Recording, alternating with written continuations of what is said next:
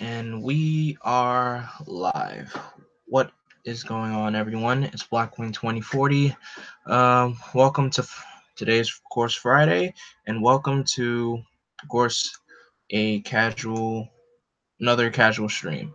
So, of course, I don't really have I feel like somehow maybe I might have to put in topics of what stuff to talk about mm, with a casual stream. But other than that, sorry if I'm not as enthusiastic as I am, but I'm all right though. But sorry for not being as enthusiastic as I usually am. Um, Thank you guys for popping up in the chat. Layla, thanks for being here. Jalen Glover, thanks for being here. Um, what to talk about? What to talk about? What to talk about? Good question. I don't know. Um, hmm. ah, uh, of course, one question I can say is how you guys' week? How was your week? Mm, I'm so sorry. My week has been it's been alright. Uh, Work. Um, Celebrated my dad and my brother's birthday on Wednesday. That was fun. And that's that's basically it. I've been I know I haven't put out videos lately because that week when I put out like a video for each day of the week, that really drained me out. And that was like what 2 weeks ago, if I'm correct. As long as it's not about the 20th anniversary celebration episode, I'm good. The episode hasn't even aired, and I'm already irritated with it. I guess my week's been okay. I can't really say I've done much, but yeah, it's been alright. I mean, I'm, I'll be. We'll get to the. We'll get to the. But I'm also been going crazy over the Aquaman and Shazam trailers. I mean, oh my god, yeah, the Shazam and Aquaman trailers, they look great. They really do. But yeah, were those videos 2 weeks ago that I made? Whoa, 3 weeks ago. That's insane.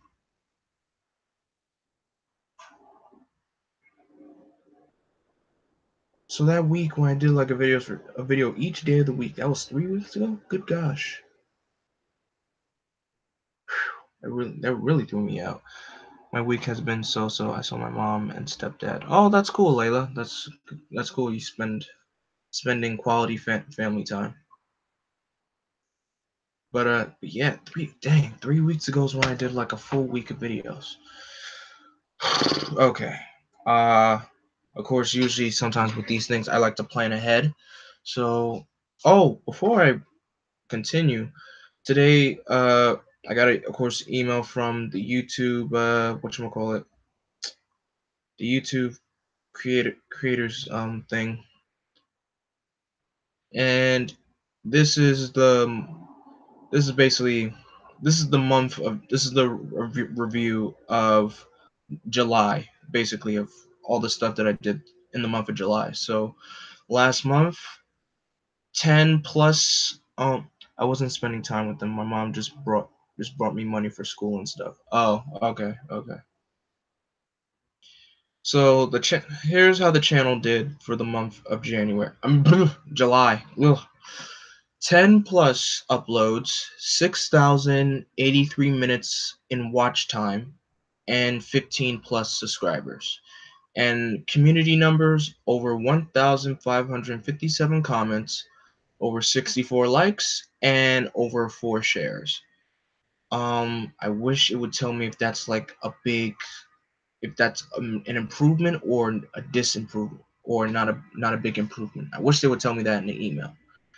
What is going? I am getting God, I am getting so many followers on Instagram today. Like it's not even funny. I'm not at. I mean, I'm grateful for it, but I'm not. I'm like, where are these?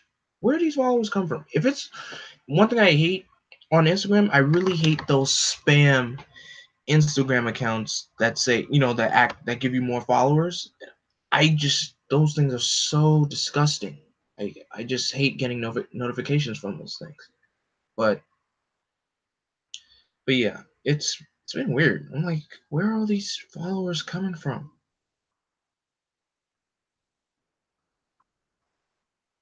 But it's weird. It's really really weird. Just came from the barber getting my Thomas, you just came from the barber, so did I. I had a barber appointment earlier this morning. But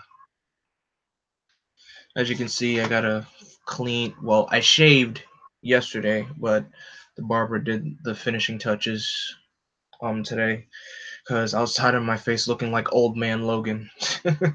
So and plus sometimes when you have a lot of when you try to let the hair grow out, it gets a little irritating on the face. So I was like, okay, I need to shave this off now. So I shaved my mustache, shaved the beard, and the barber took care of like all the other hairs that I couldn't really reach with my razor. So it's fine. I didn't cut my hair. No, I didn't cut my hair. I cannot cut my own hair. I can't. I don't trust myself doing that. I don't. I really don't.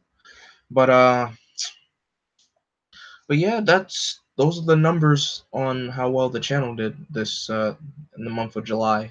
So basically now I have how many weeks until school starts for me? Because once school starts, I won't have enough freedom to do a YouTube video. I mean, on Fridays, yes, because my school schedule is looking pretty good. I only have classes from Monday through Thursday, and Fridays are my me time. Finally, I made a schedule, and now I was able to find a day where I can have Fridays with no classes. Friday are strictly for me, nothing else. No classes, no school, no nothing. Just the way I like it. So, I'll check that later. What was I gonna say? Oh yeah, certainly. You have about 3 weeks into yeah, 3 weeks. Wait, is it 3 weeks? 1, 2, 3, 7, 14, 21, 22, 23, 24, 25 days. 25 days until school starts back. Wait, I could have counted that easily. Ugh, what's wrong with me? Yeah, 25 days until I go back to school. And I'm looking forward to it. It's gonna be great to see my friends again. It's gonna be cool.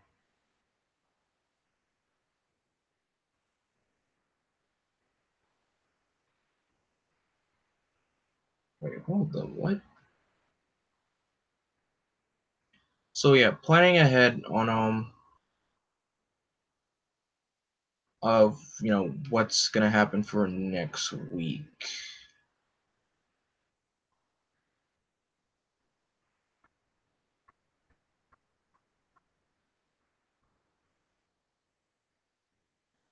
I I still need to see Teen Titans Go to the movies. Just waiting for my best friend to come back from Japan because I want both of us to see it together because we're both big Teen Titans fans. It's gonna be. I've heard awesome things about the movie, so I already know what to expect. And oh my gosh, and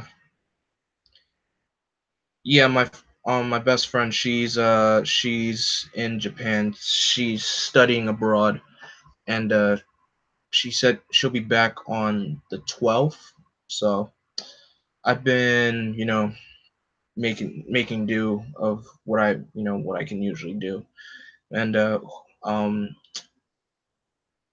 but definitely I want both of us to see Teen Titans Go to the movies because I'm hearing great things about the movie, and I know it's like a great laugh, great like comedic kind of movie. So I'm really interested in seeing that movie because to be honest, like I'm at that point where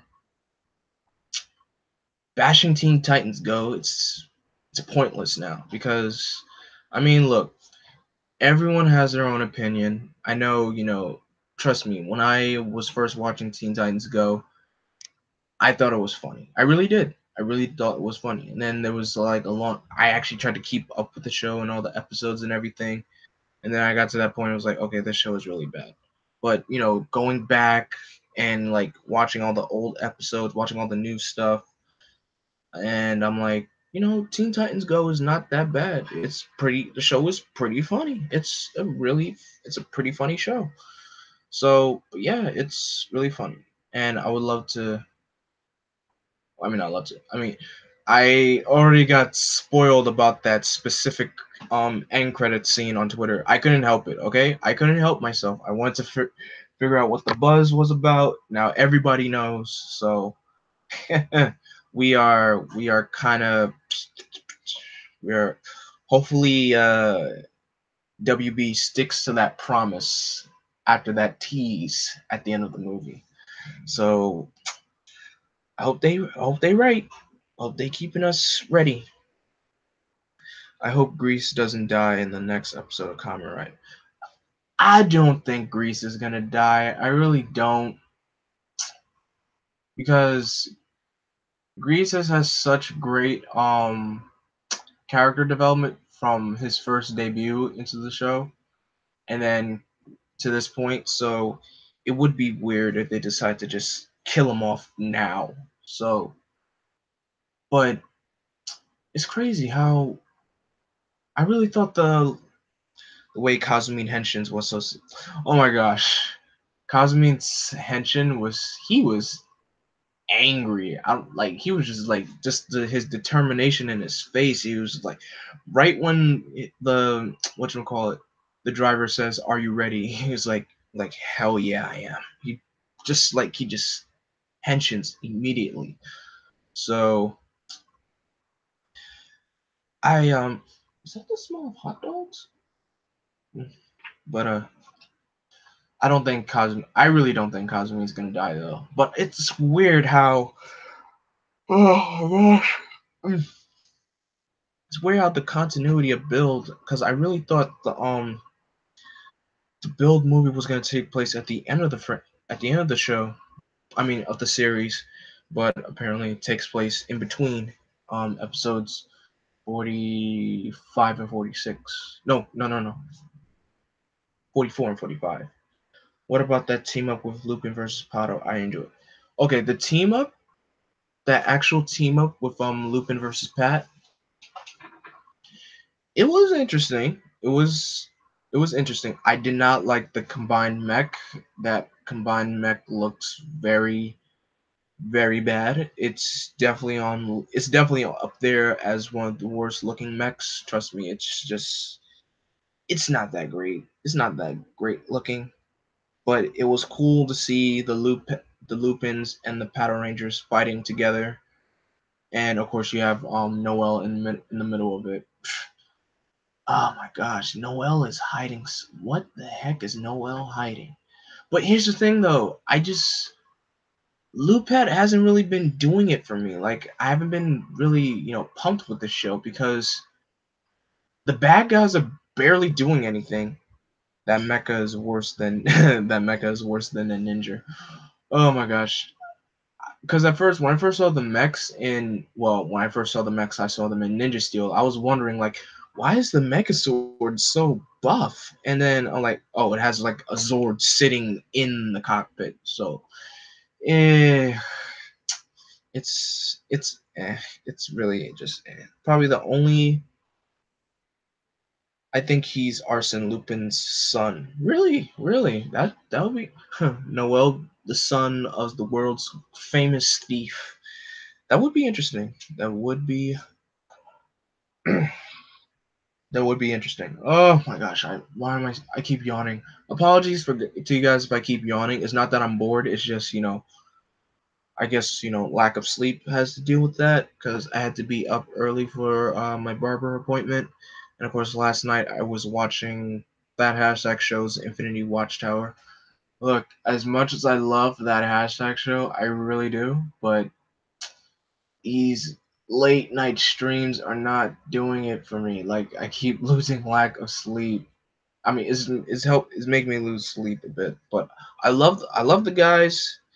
He does know about the butler and Goody. Yes, that too. So he is definitely hiding something.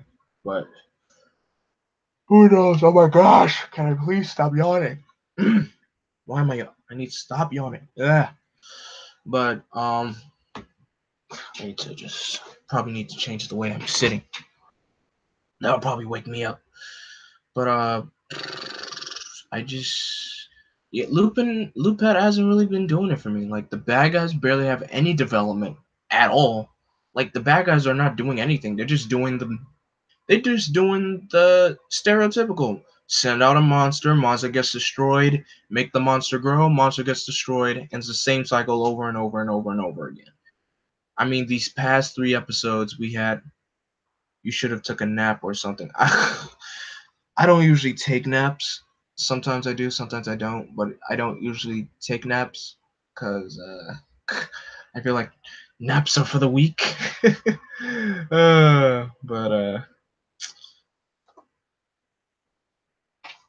But yeah, Lupat needs to step it up a bit. And what are they doing with Zamigo? Zamigo has been on the sidelines for so long. It's nice that we know that he is responsible for something. He's responsible for freezing the the close friends of the Lupins. So, and that's all we know. That's all we know about him. That's really all we know about him. Like, I know Zamigo's like one is that one villain that that shows up from time to time, but his time gap of showing up, it's just bad. Like he shows up, he takes like a I would say like 10 or 15 minute episode break until he shows up again. But probably like it's like 5 to 10 episodes he doesn't show up. So it's weird. But drink coffee or drink it. I don't drink coffee. I'm not a coffee person. I can't do coffee. And energy drinks may depends.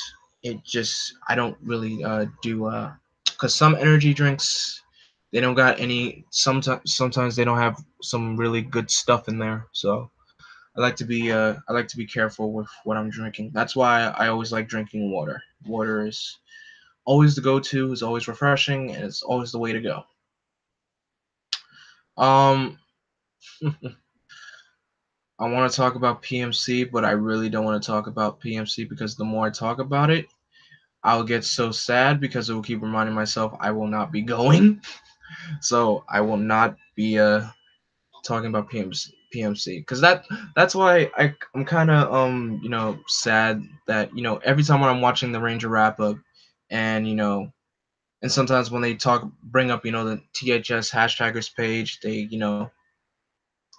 the guy the guys at THS keep mentioning like that's a way for us to for us hashtaggers who are going to PMC find a way to book a room together. And it's just it's a constant reminder saying like you're not going to PMC, and plus on top of that this could be the last PMC that's happening, which is even a bigger bummer. So I'm just really disappointed that I won't be able to go to this because I mean I feel like if I did go to PMC, then I wouldn't be able to go to New York Comic Con. And Joe is coming up here to New York Comic Con. I don't know who else is coming with him. I'm pretty sure Jez is going to be up here as well because Jez is a producer. I wonder if Daniel will be coming up with him because it'll be awesome to meet Daniel because Daniel's such a cool guy. That's why I'm not on Facebook a lot. Yeah, because it's just I I can't. I mean, I follow a lot of I follow a lot of Ranger people on Instagram, and they keep promoting PMC and everything, and I keep for those Ranger profiles that I follow on Instagram, I like to remind them like make sure you go to the Angel Go prom. It's happening on that Saturday of PMC because you don't want to miss out on that. And it's just it sucks that That's why, my gosh, that's why I really want to move out to California, because that's California straight up. It's the heart and soul of the Ranger community.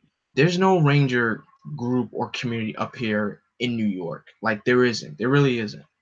I feel like it's just there's certain areas in the country where, you're a fan of Power Rangers, but, California definitely is like the go-to place to be. So that's why, who knows, if I ever, somewhere down the line in the future, whenever I get a chance to go to California, I am going to the Comic Bug. I'm making sure I go to the Comic Bug on a Saturday so I can see, that hashtag show, because Jezer kind of called me out saying, like whenever you come down here to California, like, let's see you produce produce this show.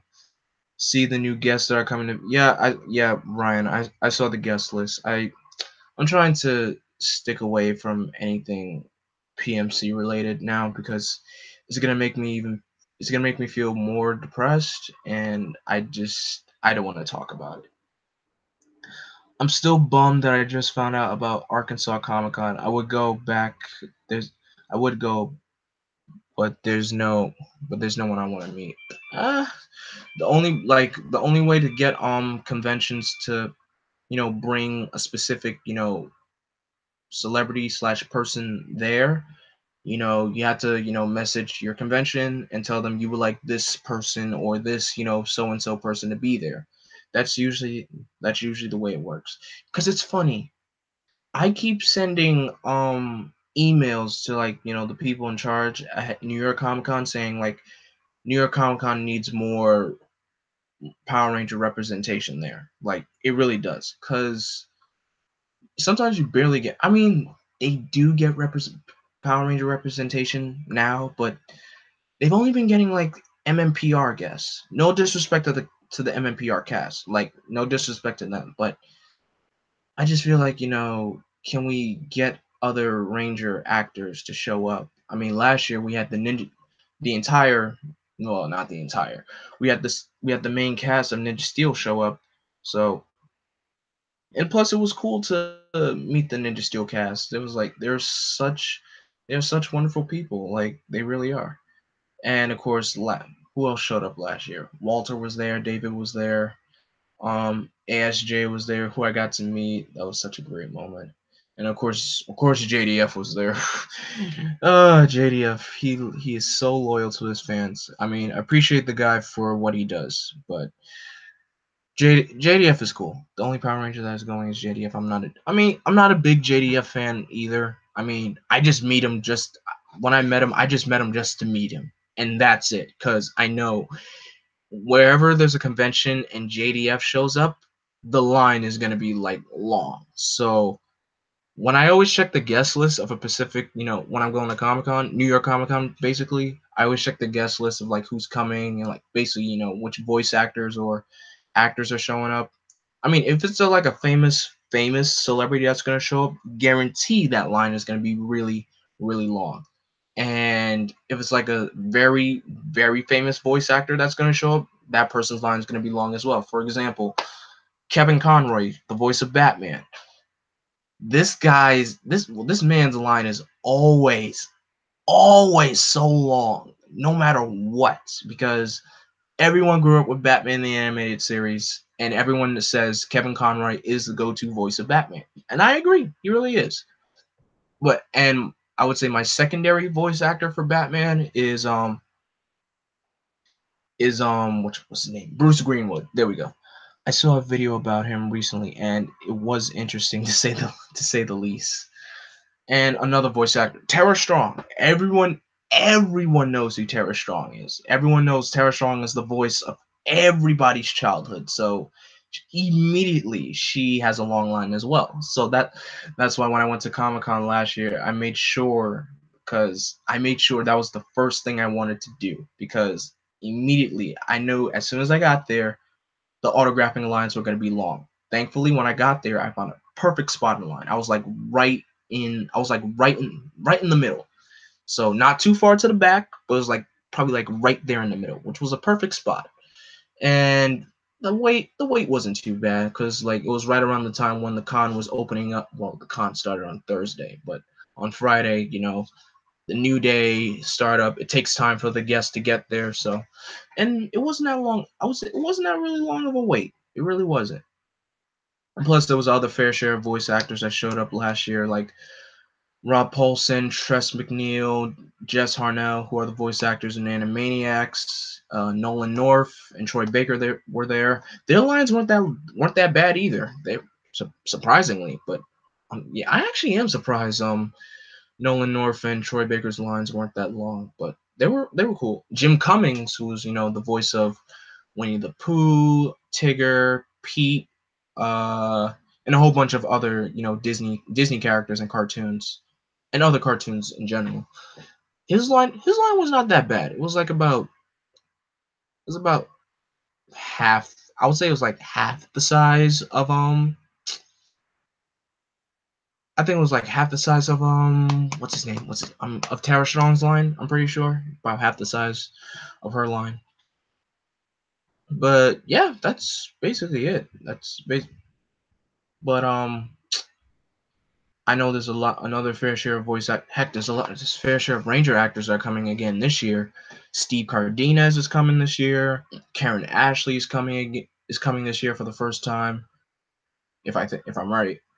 ASJ is coming back. Walter is coming back. So if I do see like Walter or ASJ, I'll just probably just say hi to them because I don't need to spend money just to like get a picture with them again. Because last year, that picture that I showed you guys with me and ASJ, I didn't have to pay a cent for that because they were playing Legacy Wars at this booth, and ASJ was playing against fans. So if you win or lose, you get an autograph. You get an autograph.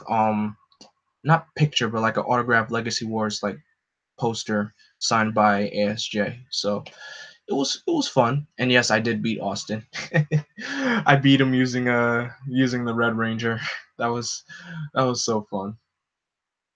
I'm surprised that Amy Jo isn't going. I mean, no one knows what Amy Jo Johnson has been doing lately. I mean, she doesn't really go to cons that much. She really doesn't. I mean, like I said, the only way you get these Ranger actors to come to these conventions is if, the convention invites them. And the only way to do that, fans got to put the word out saying, like, we would like this specific Ranger actor to show up. But I'm not surprised that Amy Jo hasn't been showing up to conventions. I mean, I'm pretty sure she's also doing other stuff, like trying to get back in the she is back in the business. But she's doing her own things, which is good, And I kid you not, guys. I remember the first time I heard about PMC. Um, I was watching Black Nerd Comedies, like his first, like I wonder if he still has it up. Oh my gosh, I wonder if Andre still has that video up. Like it was, I think it was like the second PMC in history. And I remember seeing that video, and that was like, and plus, I think that PMC was back in 2011, if I'm correct. Let me see. Oh my gosh. Oh no, 2010. Man, 8 years ago. My gosh. And then, so I'm watching the video, and I'm seeing all these Ranger actors. I'm like, these Ranger actors have gotten old. And then that's when, like, as you get older, you know, you see these Ranger actors and you feel like, wow, like, look at all these people that are still around. And I still can't believe Andre's a pal. Hey, Andre's doing great.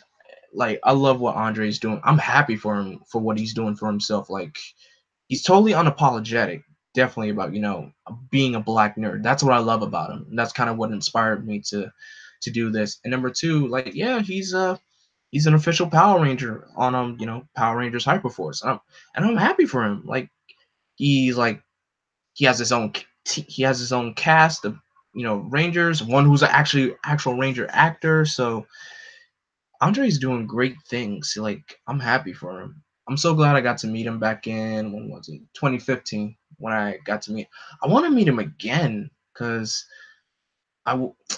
Andre does come up here for New York Comic. He came up here twice for New York Comic Con. The last time he was up here was 2016 for the Ninja Turtles. He was hosting the Ninja Turtles panel, which I'm not surprised because Andre is like a big advocate for the Ninja Turtles, and I see how big of a fan he really is. He really see, that's the thing. What's cool about Andre? He's totally unapologetic for what he loves. And like I've said it before, there are not a lot of black people who are geeks. Exactly. And Andre is definitely one of those people. It's like he's unapologetic about his geekdom and everything. He shares everything about it. Like you don't really see that in you don't see a lot of black people doing that. And Andre definitely, I would say he's like one of the first to ever do something like that. And he's making it big. He's like he's doing a lot of things. He's doing a lot of gigs. He has a lot of, collaborations that he does with a lot of YouTubers. Andre is just he's the best. He's one of my favorite YouTubers, and I'm glad I got to meet him. I would love to. I gotta meet him again. I really gotta meet him again. I just gotta be like, like Andre, could we do a video together or something? Because we got two black geeks together right here in the same vicinity. Like, can we just do something? Because I think that would be great. That would be really really great. And plus, Andre follows me on Twitter, and that's even better. I love it when when your favorite YouTuber just follows you back on social media. So I love that so much. I really do. But yeah, we're back to I was talking about Power Rangers. So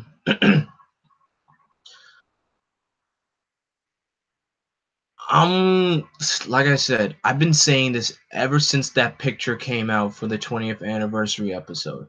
I'm keeping my expectations extremely, extremely low. As much as I want to get hyped up for it, like I've been seeing other set photos from the episode, but I'm like, do not raise your hopes too high. So I'm trying to keep my expectations really low. It's cool that the episode is, releasing on the day of the anniversary of Power Rangers, the same day where Power Rangers first aired 25 years ago. That's a big, big milestone that they decided to do, which is that's a really bold move of Nickelodeon to do that. Really bold move. So, I'm besides, when was the last time we had Power Rangers in prime time? Well, actually, the last time we actually did have Power Rangers on prime time was back when Jetix was still around, and I miss those days. I really miss those days of watching Power Rangers in prime time. But sometimes watching Power Rangers on the weekends was always tough. It was always tough. That's why when RPM was airing, it had a bad time slot. RPM always came on at like 12 o'clock in the like at the beginning of the start of the afternoon, and that was right around the time where all Saturday morning shows were like ending for most networks, unless you if it's like a other like kid related network like Cartoon Network or Nickelodeon, they have cartoons going on over on like 24/7. But that was a really bad time slot, and that was one of the reasons why you know I barely watched RPM. I mean, I forgot how many. I was doing a rewatch of it. A rewatch. I was doing a watch of it, and I forgot what episode I left off at. So now I'm basically gonna have to start all over from the beginning and watch it. I mean, it's not 32 episodes. It's not that bad. You just gotta do 8 episodes a day. 4 days. You could just finish the show in 4 days. So definitely want to do like a big watch through of RPM. I feel like watching Power Rangers with other people is way better than watching it by yourself. Because to be honest, sometimes when I'm watching a season by myself, it kind of gets boring and repetitive. Like, the formula, like, like, okay, monster shows up, Ranger fights the monster, Rangers get defeated, and then monster shows up again, Rangers fight the monster, beat the monster, and then, monster gets big, Megazord battle, episodes end, and it's the same formula over and over and over and over. So that's just the big, um, that's the trope it always has. But Honestly, like I said, I'm keeping my expectations low with this 25th anniversary episode because uh, I don't want it to be another letdown. I really don't. I feel like I like the I like the ensemble of past Rangers that are showing up. It's a really different ensemble, but I hope I just don't want it to be 30 minutes because that I feel like an episode like that it shouldn't be 30 minutes. I think the episode needs to be like an hour. It needs to be like an hour long episode. So if they do end up making it like an hour, great. But if it's a 30-minute episode, I'm gonna be worried because you can only but do you guys. We all watch so many episodes of Ninja Steel, and you only have a limited amount of time to do anything in a 30-minute episode. So, but all I can say is my what I want to see. I need to see interactions. I really need to see like interactions with the current team. Um, I need to see an actual team up morph that needs to happen, and yeah, that's just basically just want to see some good interactions because I love it when like a past team of Rangers like interacts with the current team because it's always good. It's like a good passing of the torch or like a good legacy transition, if I would say. So that's definitely what I want to see, and hopefully, I'm just like I said, I'm keeping my expectations really, really low. But I forgot what actors. I mean, besides JDF, Catherine, Jason Font is gonna be in the episode. Who are the actors that are gonna show up again? I know what's his name. Uh, I'll just instead of just guessing, let me just look up the episode. Let's see.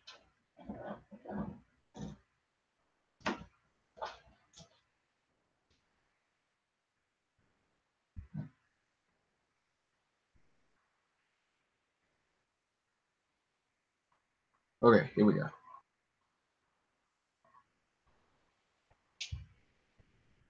So yeah, Jason Font, Catherine, JDF, of course. Who else?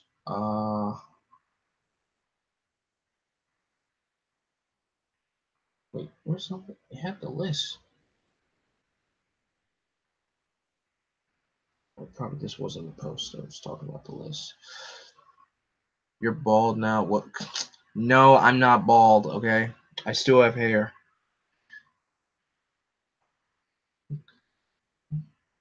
It would be better if Ninja Stormcast can be on Ninja Steel. That would be cool too, but I know the Ninja Stormcasts. They're living life. I follow all the Ninja Storm actors. They're living life right now. Like Cam had a he now has a son, and what do you call it? Shane, the actor that plays Shane, he recently just got married. So these Ranger actors, they're living life right now. They're having a grand old time. So where is that post? Like where is it?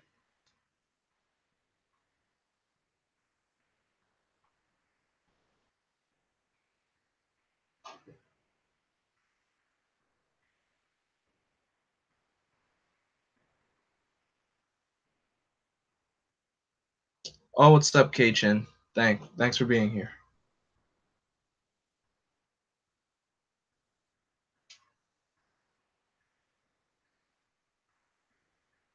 Shoot, where is that list?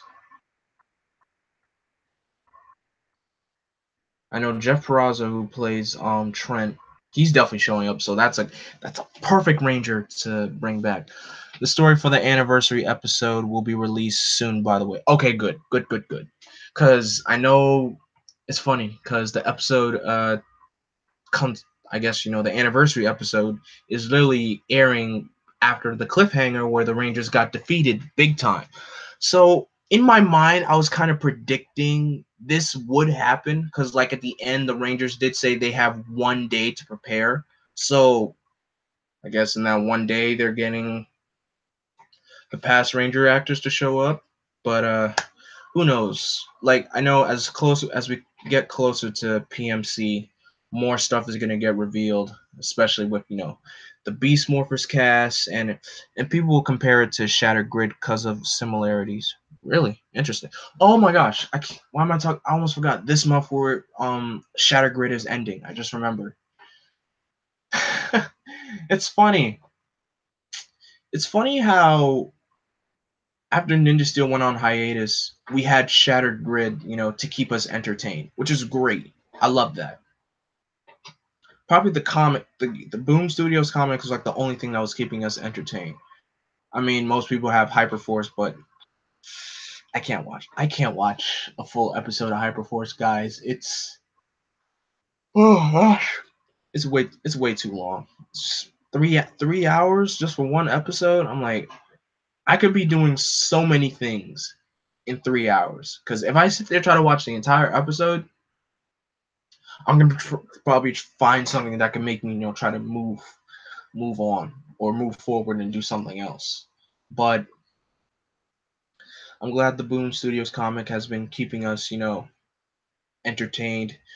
I wonder I wonder how much percentage I just want to enjoy this episode, but they don't care about continuity. Layla, we'll see. We'll see what the episode details will be when they, when they share them out. When Saban decides to share them out. Well, I can't really say Saban. I can actually say Hasbro. I'm already satisfied with it. See, that's the thing. I'm so happy to see Wes because Wes is from my favorite season, Time Force, and Time. Layla, you and I could talk. We both, we got the same thing for Time Force. We already know. So when I saw those images of Wes, and then I see him holding a Chrono Blaster, I was like, he's holding a Chrono Blaster. It's 2018, and Wes is holding a Chrono Blaster. The last time we saw a weapon like that was back in 2002. I'm just like, can we just Cat shouldn't have the turbo. I know. Cat shouldn't have. I know a lot of people are mad with Cat having the turbo powers because the Zeo powers were never destroyed. So it's weird how it's really weird. Like, just come on, why, just why? Ugh. Wes is the only reason why I might end up watching that episode. I'm watching that episode period because this is an anniversary episode. So, but it's just when I saw the pictures of Wes, I'm like, oh man, like I wanted to scream so loud because Wes looks so amazing in like his old Time Force. I mean, his old civilian getup and everything. It's just Time Force's existence to give me motivation to keep watching. That's a good that's a good method when that's a good use of continuing to watch Power Rangers. Just trust me, guys. Like immediately, there are moments I feel like I just want to drop Power Rangers. I don't, but some moments I just want to drop it and just keep to watching Super Sentai for the rest of my the rest of my life. I would be missing out on some awesome things. So that's why with Hasbro, since I'll have to DVR it because I can't watch it live. I'm pretty sure I'll be able to watch it live because I only have class from like in the morning, and I can definitely watch the episode at night. So I'll be looking forward to that. But oh, wait a minute, Tuesday. Oh wait a minute, I'm like nothing's gonna interfere. How did Adam get his MMPR power back in Once a Ranger? I forgot, to be honest. I really forgot.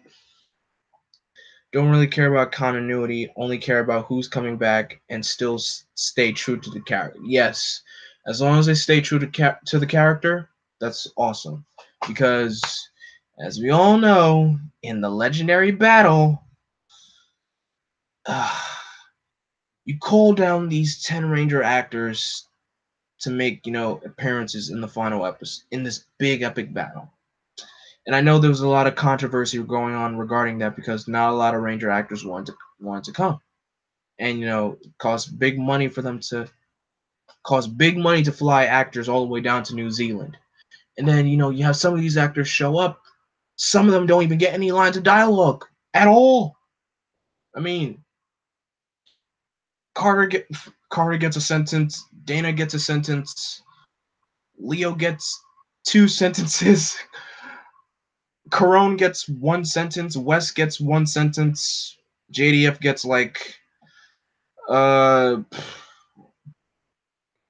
he gets what, three or 4 sentences. Cassie gets 2 sentences. TJ gets something. I mean, it was cool to see It was nice that TJ came back. Selwyn Ward, I appreciate him coming back, but that legendary battle. I try not to talk about Super Mega Force because if I start talking about Super Mega Force, I'm gonna start getting angry, and I don't like getting angry. So let me not talk about Super Mega Force. Hasbro fly me to New Zealand because I wonder, with Hasbro getting the rights back, I would love to see the. It's just Power Rangers is a big continuity, so that's just why I'm upset about it. True, it's just with Hasbro getting the franchise. I actually want Hasbro to if they ever return production to LA crossovers with yes, exactly. I want them to bring production back to LA because I was rewatching Lost Galaxy, rewatching Time Force, and seeing clips of basically all the clips from the Saban era, and just seeing how this was shot in California. I'm like, the set was so much better, really was way better. Now with New Zealand, you can only but do so much.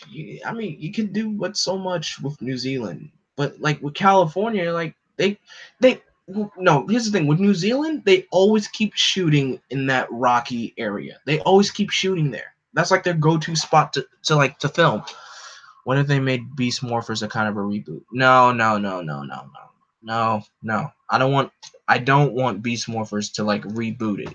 I really don't. I don't want that to happen. But it's just Hasbro, praying that you guys do an excellent job with this franchise. Down, we all want to be happy. You said where the franchise is, how us fans feel. So please, just please make us happy. They were able to match the scenes from Sentai very well for time. Yes, yes, it comes with when a Power Ranger season doesn't try to copy and paste of. It was almost spotless that it was Japanese footage. Well, here's the thing: I'm able to easily notice what is Sentai footage and what is original footage because looking at the brightness of the suits, you could tell which one is which. For the Red Rangers, the Red Ranger's suit in Power Ranger footage, in Sentai footage, it looks a lot more. Sometimes it can be brighter, sometimes it can be darker. I want to see what Hasbro Megazords toys look like. Yo, Hasbro could do so much with those Megazords. Just don't release just MMPR Megazords. There's a whole wallop of Megazords, and if Hasbro starts selling these Megazords, I'm gonna be honest, I probably want to buy them. I definitely want to buy them, except MMPR Megazords. Sorry about that. Because I'm tired of seeing MMPR merchandise. I'm tired of seeing it. I really am. I see MMPR stuff every single day. I'm like, can you please get this out of my face and just show me something else? Just show me something else. Because I'm like, yes, MMPR is the first season. You stamp that on everything, but just because it's the first season does not make it the best. You need to know that. That's why I can't sit. I will never. I mean, I tried. I tried to rewatch all of MMPR twice. Like literally, I tried, and the farthest I got was the Gung Ho episode. That's as far as I got by myself. I'm like, I can't keep doing this. I just can't. I'm tired of seeing. Literally every time I'm watching, other Rangers need love too. Yes, exactly, Larry. And sorry, Larry. Thanks for being here. If Saban would get off the nostalgia train, he would still have the franchise. Man, forget nostalgia. Just give us a good season. Just give us a good season with good storytelling, character development. Cause imagine they make a Grave Sword toy. That would be awesome. That would be really awesome. That would be so awesome to see. A Black Dragon toy would be yes, yeah, good. Kachin, good example, good idea. A Black Dragon action figure would be awesome to have. That would be so awesome. Did they ever? No, I don't think. No, I don't think they ever did. No, Bandai never put out a Black Dragon figure, but no, they decided to release the Lord. Of course, you get a Lord Dragon figure, and make that PMC exclusive. You know, I guarantee you, someone's gonna get a Lord Dragon figure, and they're gonna probably sell it on eBay. I kid you not. I'm pretty sure someone is gonna do that. I guarantee. That's when it comes to exclusives, I know sometimes people like to sell them on eBay. I mean, even with the basic articulation, that would be sick. But yeah, I just feel like someone is really gonna probably sell that Lord Dragon figure on eBay. Probably make it pricey even. But newsflash, this generation doesn't care about trust me, I don't. I really don't care about MMPR. Look, when it comes to MMPR, the only episodes I can watch are probably Day of the Dumpster and Green with Evil. That's it. Speaking for myself, I only watch MMPR because I want to see how Power Rangers started and evolved. Yes, that's probably the only reason why I watch MMPR. Like, there's a fair share of nostalgic episodes. Like, there's a lot of nostalgic episodes that are really great. Like, I know the food fight episode gets a lot of stuff. All right, I'm heading off to the DCRP, which you should all join to continue special. I really appreciate. I'd really appreciate it if you read everything I typed in the Apocalypse channel, but I'll check it out right now. Batman.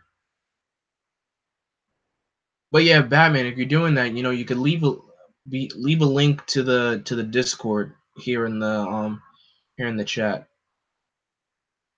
All right, what did he put?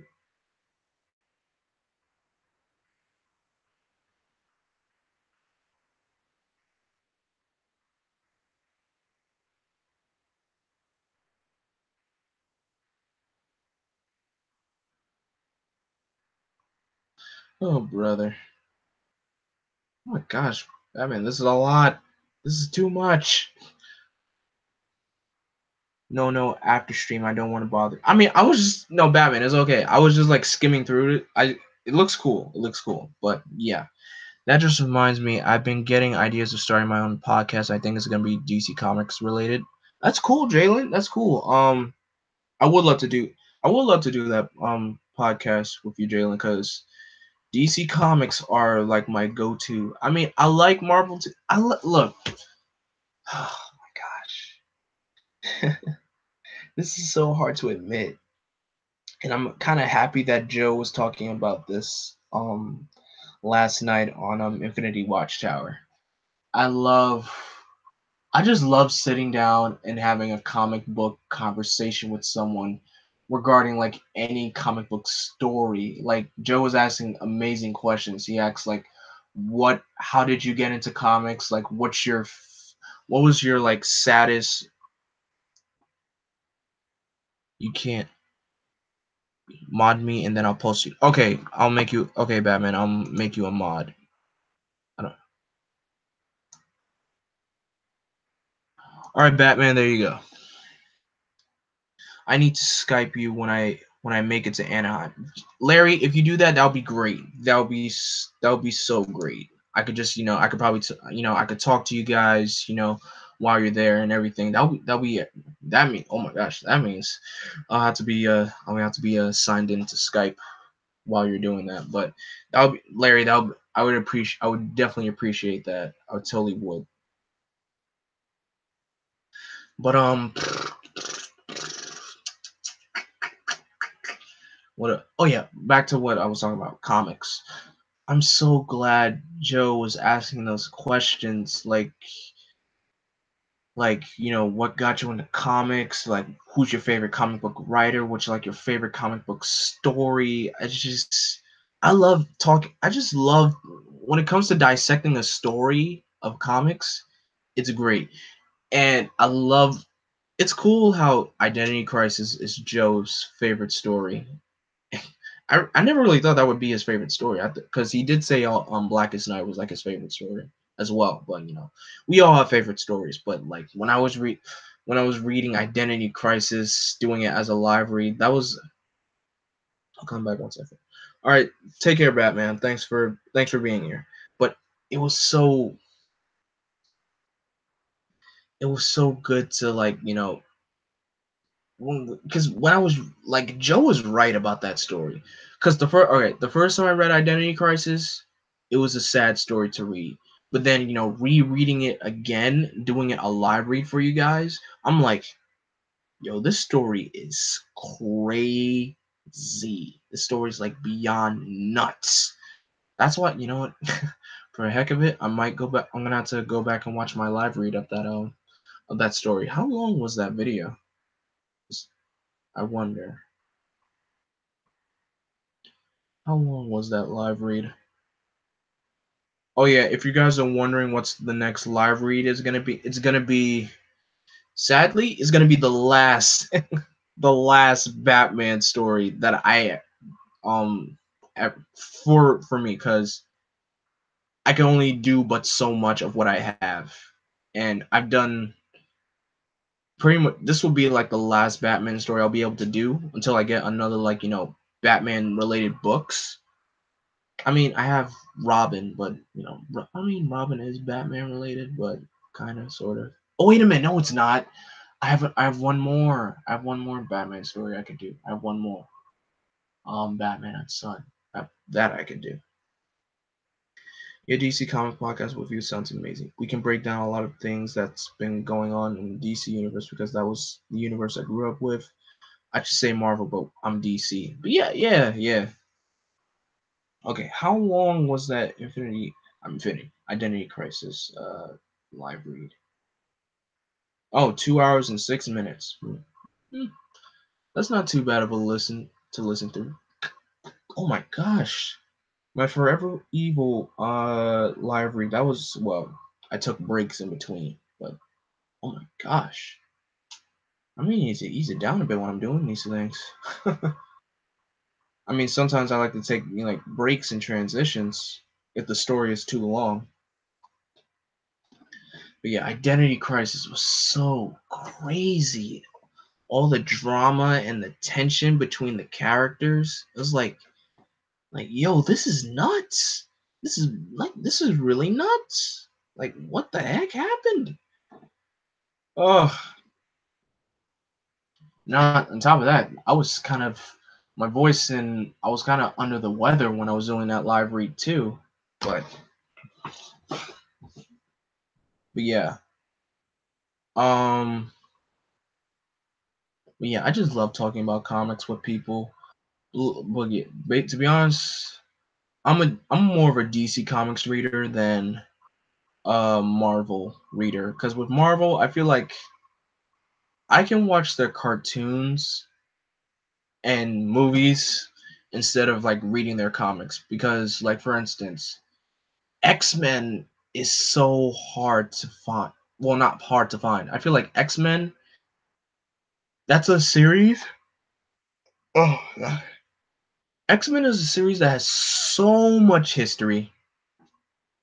I can't think. Layla, why'd you have to bring that up? I actually forgot about that video of Jezer until now you brought that up. I'm like,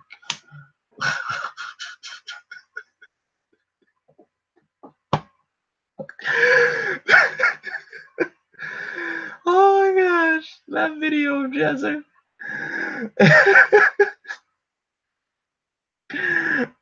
Oh my gosh. That video wasn't. That video was just. That was too silly. I'm literally thinking about it right now, and it's just. Oh my gosh! It's just that video was just too silly. Oh my gosh! I'm sorry. I'm so sorry, guys. I'm sorry. I needed a good laugh. I actually needed that. Thank you for I really needed a good laugh because oh my gosh, that what happened? Okay, Jalen, you missed it. So last night, I know you didn't make it to Infinity Watchtower last night, but yeah, last night, Jezzard showed this video of him just like I guess he was lip syncing to like this song, and his facial expressions. It's just so hilarious. Jalen, just go back, go find Infinity Watchtower from that hashtag show from the most recent one, and just watch it. Just go watch it. I'm so, just go watch it. Oh my gosh, Toku Kid, if you're here, I feel like you should use that in your prom king campaign. Oh, that would be so good. That would be so good. It kind of reminds that would be so good to see happen. Oh my gosh, that was too good, too good. Whew. Oh my god. Okay, I'm good now. I'm good. I needed that. I needed that laugh. Whew. Mm. So sorry, but oh my gosh, that was just silly. But oh dang, I got it. Yeah, you got Jalen. You gotta go see it. You gotta see it. But yeah, comics like with Marvel, I feel like most Marvel comics they're hard to read, and I'm kind of disappointed. Kind of, I'm really not liking. Well, all right, I'm not saying I'm not liking what Marvel's doing with their comics now. It's I'm kind of happy with what I'm kind of glad with what they're doing. They're going back to the basics, bringing back characters to their roots. Because let's face it, Marvel was not doing their comics were not doing a good job after Secret Wars. Their comics were not doing good at all. Well, basically, I could say for like, from my gosh, when did like they start to feel iffy? I I finally came up with my backstory and everything from my created DC villain. But just I don't know.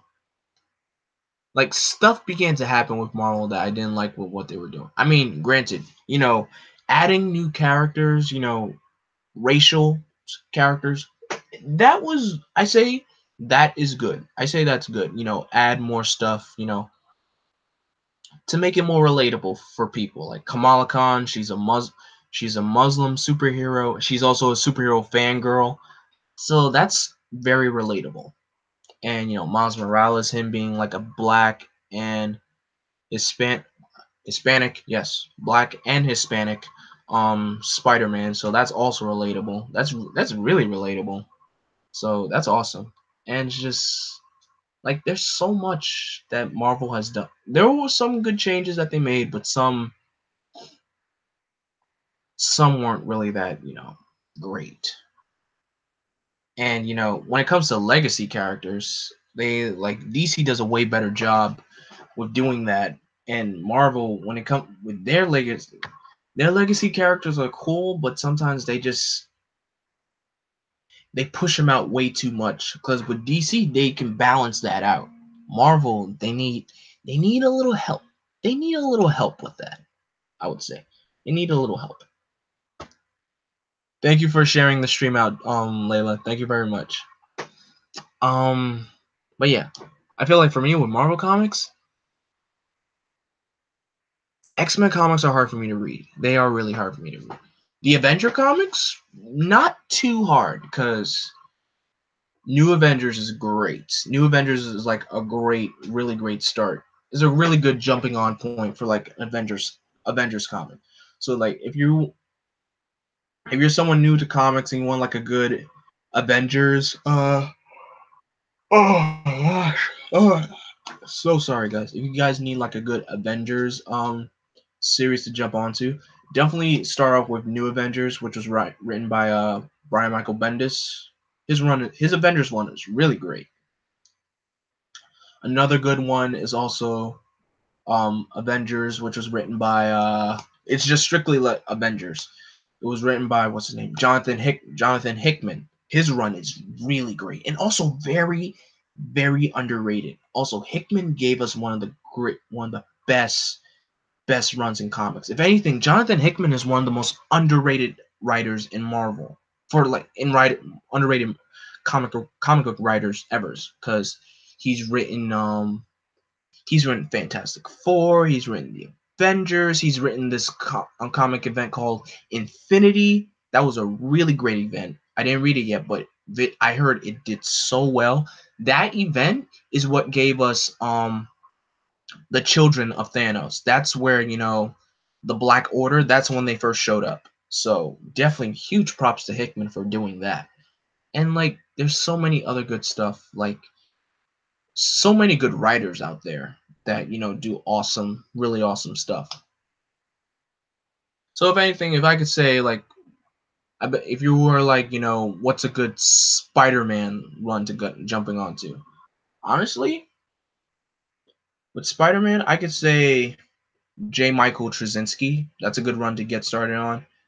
Dan Slott, you can also get started on, but look, I'm not bashing Dan Slott. Some people, like to bash Dan Slott a lot. Trust me, some of the things that Dan Slott did with Spider-Man, I was not happy about. But his good Dan Slott does have a fair share of good Spider-Man stories. So I did like right close to the end where Dan Slott was leaving Amazing Spider-Man. He's done those were some good things. Superior Spider-Man was I didn't read all of it, but it's an series. Basically, Superior Spider-Man's a story where Doc Ock takes over Peter Parker's body and he becomes the new Spider-Man. So basically, Doc Ock is Spider-Man in Peter Parker's body, and Peter's consciousness is like watching Doc Ock what he does with his body. I'm like, Peter's like angry that like Doc is doing all these things. Like it's crazy, but yeah, definitely. I mean, you can give Superior Spider-Man a shot. You can definitely give it a shot. Um, what else? Spider-Verse was one of the few comics I've read and loved. Spider-Verse is mixed. I have yet to read Spider-Verse. Like I hear there's a majority of people that love Spider-Verse and there's a majority of people that really, really dislike Spider-Verse. But I definitely gotta give Spider-Verse a read. But speaking of Spider-Verse, I really don't know how this Spider-Geddon event that's about to start up. I can't believe they're doing that again. I can't believe they're really doing that again. And like we got like a lot of after Spider-Verse, we got like a lot of Spider-Man comics out of the woodworks. Like 2099 Spider-Man got his own comic. Heck, what has been Spider-Man 2099 been up to? Really, what has he been up to? Because like after his series ended, we haven't seen him since. But who knows? But yeah, we got like the Scarlet Spider, like Superior Spider-Man. We have another series called Web Warriors. Miles Morales had his fair share of comic book screen time. So that's great too. I'll see a pair of I see you have a pair of any extra I'll see if I have a pair of any extras left. Like hold on.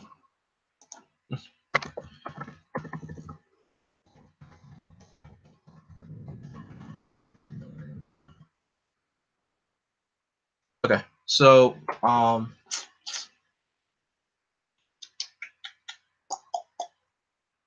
yeah. Jeez, what was I talking about? Like, I'll send you a pair if I have any extras left. Oh, I know what you're talking about, Larry. Okay, cool, cool, cool. But yeah. I mean, with Spider-Man, I could definitely say I recommend the J. Michael Straczynski run. That's a really good run so far. But the stuff that comes after that, like One More Day, for example.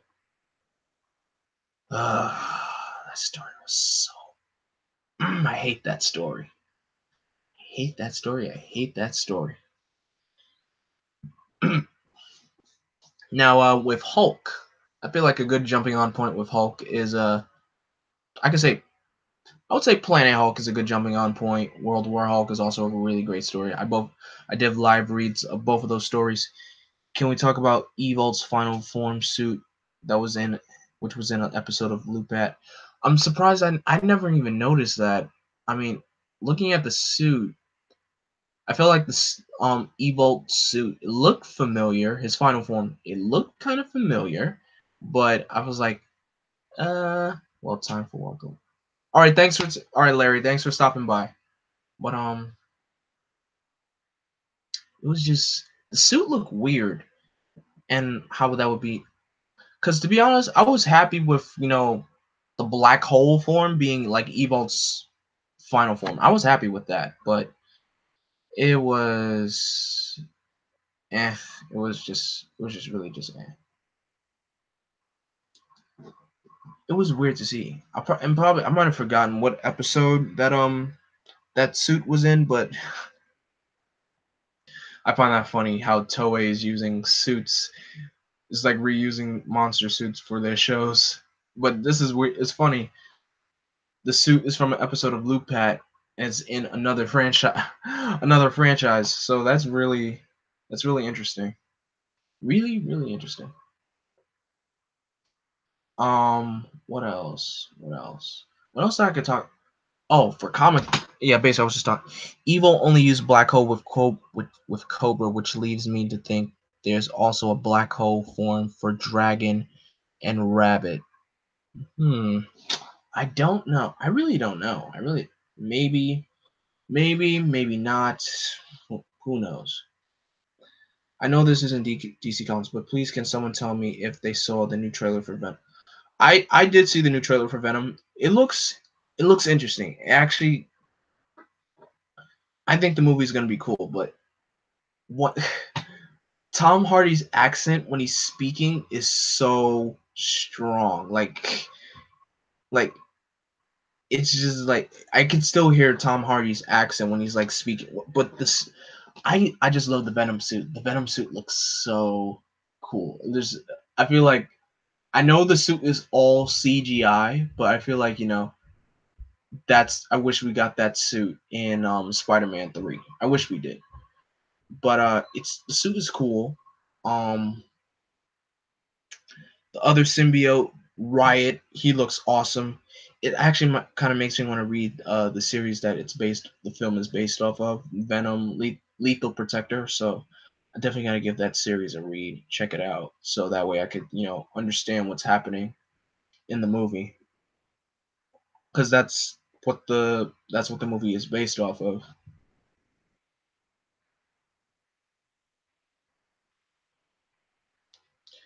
But I'm kind of excited for the Venom movie. What I'm not excited about, Sony announcing a Craven the Hunter movie. Sony, Sony, let me look at you for right moment. A Craven the Hunter movie. Sony, are you serious? Why are you doing this? Like, we didn't ask for that. We did not. Same thing. We didn't ask for a Morbius movie. We strictly did not ask for a Morbius movie. Is Craven really the best villain to make a movie about? No, no, he is not. He really is not. Like, whose bright idea at Sony was that? We are like, all right, we got Venom. Venom's the awesome Spider-Man villain / anti-hero, so he's getting his own movie. Like, anybody got any ideas for the next movie? What could it be? What could it be? Oh, I got one. What's your choice? Craven. I like that. Is that what happened in the Sony office? I'm like, what is Sony? What are you doing? Oh my gosh, this. I feel like here's the thing though.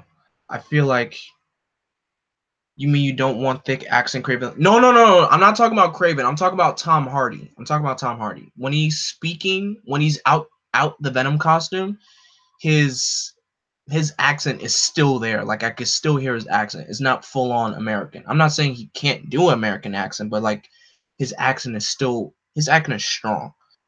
Sony should stick to making TV cameras, TVs, cameras, and PlayStations. Oh, Layla, that is funny. That's so funny. No, I know. I'm just joking about Craven. Oh, I mean, Craven. He's Russian. Like a Russian accent is like, I feel like there's a whole lot of actors out there that can do a strong Russian accent. Like there are a lot. I will kill you, Spider-Man. Spider-Man. What about Spider-Man? But I feel no. I feel like with Craven, I don't think he says. I don't think he says will. I will. Well, welcome, Spider-Man. Welcome to the jungle. This rock holds great power. No, just for those who are wondering, that quote was from Spider-Man: Shattered Dimensions. Get Arnold Schwart. Get Arnold Schwarzenegger to play Craven. No, no, no, no, no, no. I don't. No, no, no, no. I don't. I don't even want to look. I don't even want to see the movie. Period. And Arnold Schwarzenegger as Craven. No, no, no, no, no, no, no, no, no, no. I don't want to see Arnold Schwarzenegger as Craven the Hunter. No, no, no, no. I don't even look. I don't want this movie to happen. It's a bad idea. Sony should just scrap it and just leave it alone. Just like leave it. Hello, it's next. It's the next Batman Forever. Oh, Carol, you're so funny. No, just no. But imagine Terminator versus Power Rangers RPM. I don't know why that idea just popped into my head. That would be a good idea because, like, RPM is like an apocalyptic, well, post-apocalyptic kind of world, and same thing with Terminator. Wait, why am I even saying that? Heck, I didn't even see any of the Terminator movies. Oh, for shame! I have yet. See, this is why I need to expand my horizon of movies. I will watch. I will watch the Terminator movies though. I will give them a look. Plus, we all know that iconic line from Arnold Schwarzenegger. I'll be back. Hasta la vista, baby. I just love the delivery of that line. It's really cool. Hasta la vista, baby. I'll be back. But yeah, yeah. I really Sony should just scrap that Venom. I mean not Venom. Sorry, Craven. They should scrap that Craven idea and also scrap that Morbius movie. Because Sony, we didn't ask for that. We really didn't. We don't want that, and we're not asking for it. Arnold Schwarzenegger should. You can do so many different. Yes, I can. Yes, Layla, I can. That's the variety of being, a voice. Well, I'm not a voice actor, but that's what a voice actor should do or have. Imagine Terminator versus. Oh wait, I read that. Arnold Schwarzenegger should make a cameo in Power Rangers material at least once. If Power look, they would have to pay Arnold Schwarzenegger big money in order to make a cameo in Power Rangers. Big money, really big money. Patty Murphy, what's up, Patty? Thanks for being here. But like they would have to pay. Look, they have to pay Arnold. You want Arnold Schwarzenegger and that you have to pay him big money. The Spider-Verse movie should have the Spider-Man 2 pizza theme in it. It's funny that you mentioned Spider-Man 2. I was recently playing Spider-Man 2 for like the past few days. I mean, I beat that game like how many times did I beat that game? Like 3 times. Really great, really really great game. Definitely set up the standard for Spider-Man games to come. So sorry.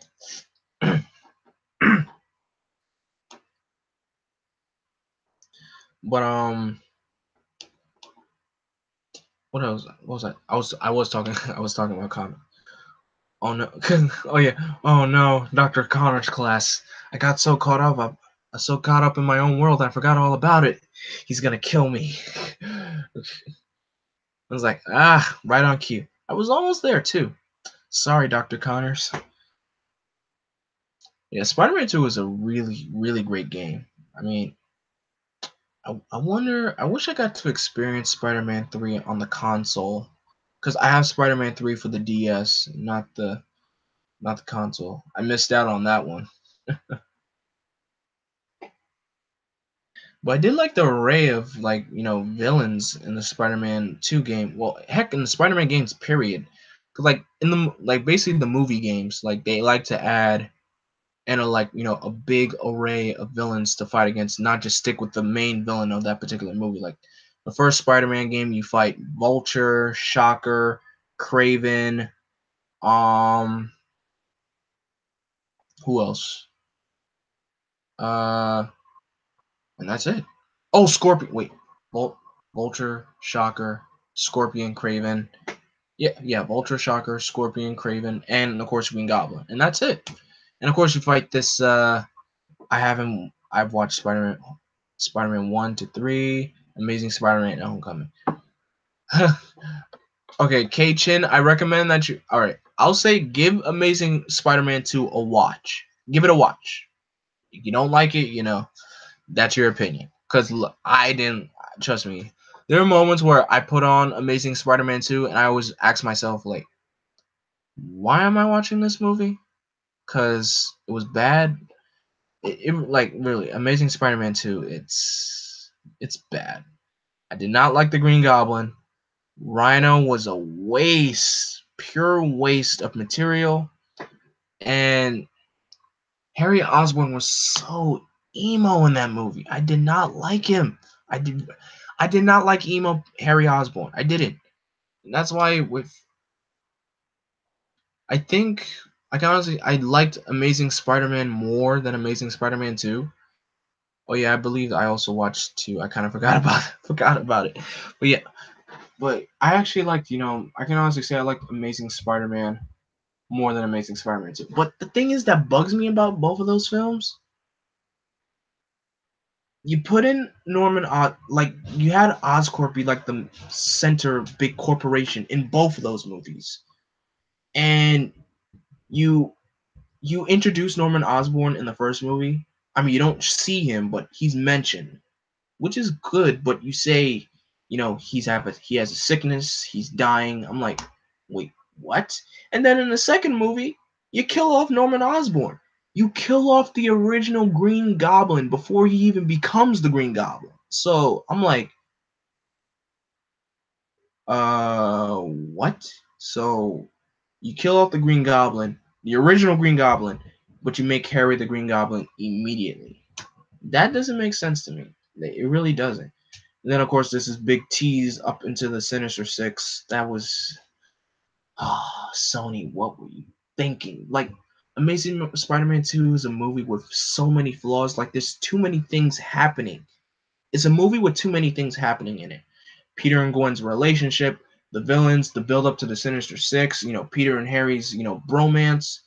There's too much stuff happening, like way too many things happening.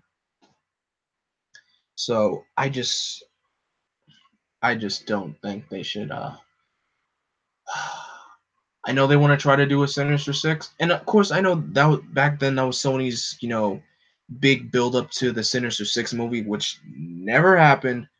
Which I'm kind of happy it didn't happen, because I don't know how they would do that. That happened in the first Spider-Man movie that came in 2001 with the OG Green Goblin. I mean, look, you kill off the OG Green Goblin in the first Spider-Man movie. That's fine. That's the way they executed that was told.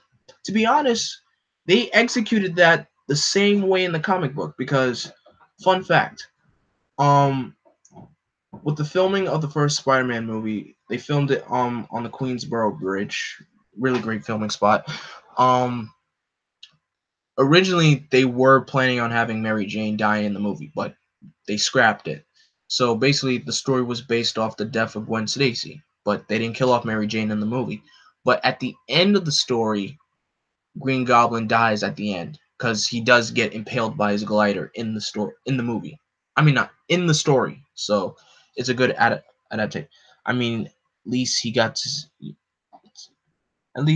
to be to know being, yeah, true, but I feel like pushing Harry to be the Green Goblin, his Green Goblin was not that great in Amazing Spider-Man 2. I didn't like that. I really didn't. But what else? What I mean, it's just sometimes, when you try to adapt a story, it needs to be executed, you know. I mean, sometimes you get executed the same way, sometimes you can, sometimes you can't, but it depends on the way how well. What about doing the red what about doing the Red Goblin? Ooh, that would be interesting, but hard to do because problem you would need the Carnage symbiote in order to do that because the Red Goblin is basically a fusion of Green Goblin mixed with the Carnage symbiote, and it was really, I love the way they did that in that story. It's a really great story. So I say don't do the Red Goblin if you just without introducing Carnage, because if you do the Red Goblin without introducing Carnage, it's not gonna go well at all. But I don't know. That would be interesting to see on the big screen. It would, but I wouldn't want to. What is your favorite MCU movie? Gosh, I would have to say Infinity War. But all right, I'll give you my 5 favorite Infinity War movie. I mean, my favorite MCU movies. It's a tie between the Avengers and Infinity War. It's a tie between those two. Black Panther is definitely on that list. So that's, we have 2 movies tied for first place: Black Panther, Spider-Man: Homecoming, Guardians of the Galaxy, and Winter Soldier. Those 6 actually, but those. If Venom is actually good or does well, we could eventually get an anti-Venom storyline and maybe even get an agent anti-Venom without him dying. I don't know how they would do that because they would have to introduce Flash Thompson and they would have to, kind of build off of, making Eddie into anti-Venom. And I forgot how I forgot how Flash became actually I can just look that up. What do you think of the Super Ninja Steel episode when it airs back August 25th and the anniversary episode on the 28th of this month? I'm keeping my expectations really low for the anniversary episode. But yeah, I'm just keeping my expectations really, really low. My birthday is the 26th of this month. Oh, cool. Did you listen to? No, I didn't listen to the songs by. How do you? It's weird. H.E.R. I didn't listen to the songs by her. It feels weird saying that. It really does. I wonder if she goes by another name. I didn't listen to to those songs yet. I will. I will.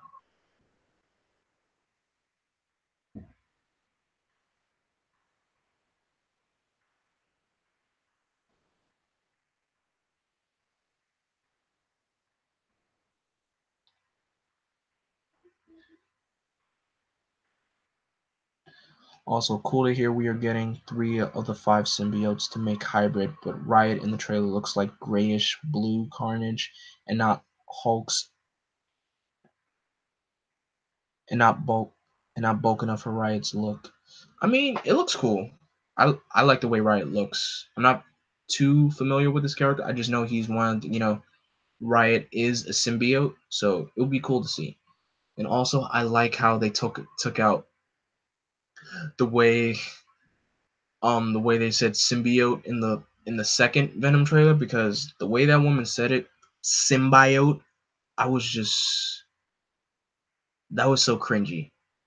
I really hated the way that was said. Like we call them symbiotes. I'm like, wait, like what? Let's see. How did Flash Thompson become anti Venom? I mean, Agent Anti Venom. I can say one thing though, Flash Thompson really has come a long way. Even sadly, he got killed off. They're gonna do an actual More for the Team episode for the past Rangers, from what I've seen from the behind the scenes video that JDF posted on his JDF is always sharing things. See, I feel like, if JDF didn't share those photos of the legendary battle, we would have been fine. I feel like we would have been fine if he didn't, share those out. Because sometimes, when stuff gets revealed, it ruins the surprise. It's another way to pronounce it. Everyone has only used symbiote. Yeah, that's what I always say. Symbiotes. Symbiote. Symbi. Yeah, basically symbiote. That's just the way. That's the way to pronounce it. That's the way I've always been saying it. Like symbiotes.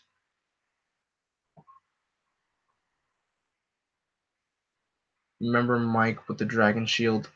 Could have. Mike. Ugh. So many things happened that never ever happened in that team up.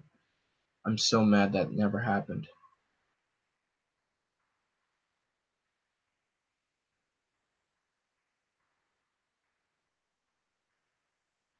Let me see here. How did Flash become Agent Anti-Venom?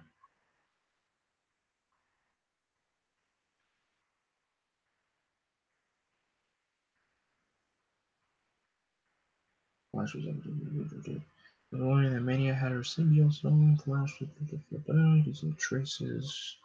Flash confronted Brock and attempted to let the symbiote return to his. The both men Spider-Man will return to the battle.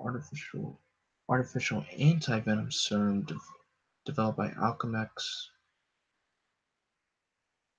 attached on Flash and Eddie in an attempt to kill the symbiote. Instead of killing the symbiote, the serum turned the portion of it bonded with Flash into a new anti-venom. Oh, that's all. I think they're still doing a cast reveal at PMC because there is a pin. I mean, I'm not surprised that they're gonna do a cast reveal. It's a constant, thing that they've been doing for 3 years in a row. So I'm not surprised that they are gonna do a cast reveal. But I wonder who's gonna be casted. It's very interesting. Who knows?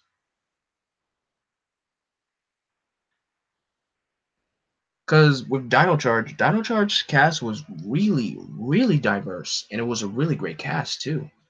Like you had all different kinds of races.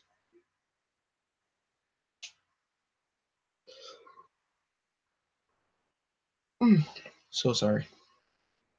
Do you think Maverick or Jessica will become the Yellow Ranger for Beast Morphers? I don't know.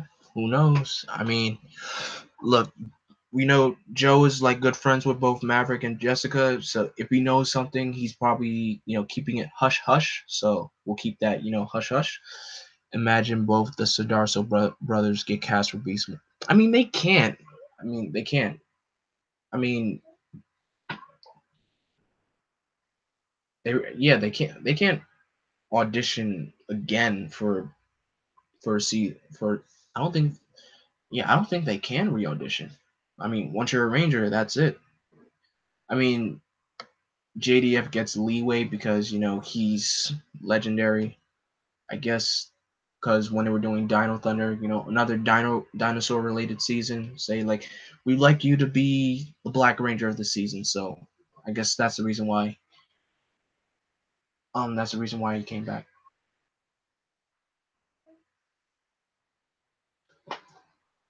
Oh gosh, the cast diverse on they cast diverse on purpose. Like they need to cover most races. Yoshi talked about it when he was on THS about Peter getting revealed. I mean, yes. Like for instance, I know a lot of people we talk.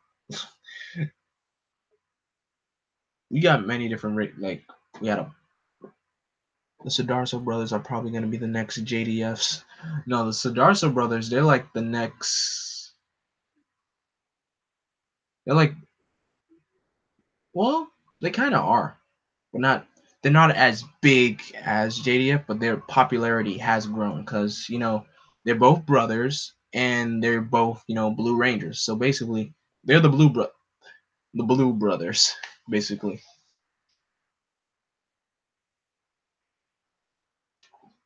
But I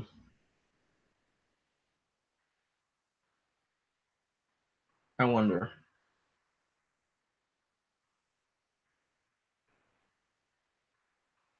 But one thing I can say though, for those who are going to PMC, um, you guys have a great time and everything. Like, it could be the new faces if they want to come back. And if Hasbro plans to do more Legacy Rangers stories in the series or even project, yes, yes. If they, like if Hasbro decides to have them come back, then that'll be great. But what I like about Yoshi and Peter, like they're both Ranger fans who are now Rangers. Well, for Peter's case, he's red and blue, so that's cool for him. But yeah, as have fun to everyone. Yeah, basically everyone who's going to PMC, have a wonderful time. Take lots of photos. I hope you guys meet your favorite Ranger actors and everything. Have a great time at the Angel Grove prom that's happening on the Saturday of that weekend. And Yoshi is oh yeah, Yoshi is also green and silver. I forgot. See, that's why yeah, Yoshi's three colors. Blue, green, and silver. So lucky. Yoshi outranks his brother. That's funny. Well, okay, Yoshi's not Hyperforce Silver. He's Time Force Silver. So there's a difference. But it's cool for both of them. See, that's what Hyperforce is so long. I forgot about so many things. Hold up.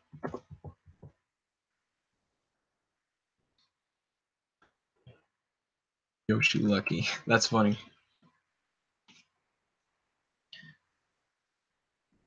But mm, I guess I could talk about what I want to see from Beast Morphers. Which reminds me, I might need to go back and rewatch Go Busters.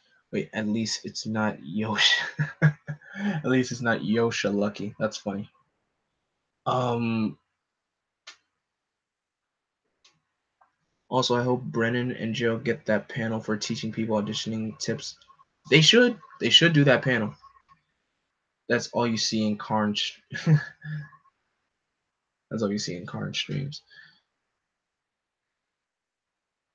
Like, do you think Hyperforce season 2 will happen this year or next year? I mean, I don't know. I don't watch Hyperforce. I couldn't really get into it because, like I said, the episodes are like 3 hours long, so I can't really I can't just sit down and watch all of it because it's so much. Like Blackwing could be the next Red Ranger or Silver Ranger. I want to be the next Green Ranger. That's what I want to be. I mean, red is like my second favorite color, but who knows? I can't wait for Cosmic. I can't wait for Cosmic Protectors as well. Joe has really been, pushing Cosmic Protectors so much. And I kind of like how it's a series that he's doing and he's also involving us, us subscribers into the show.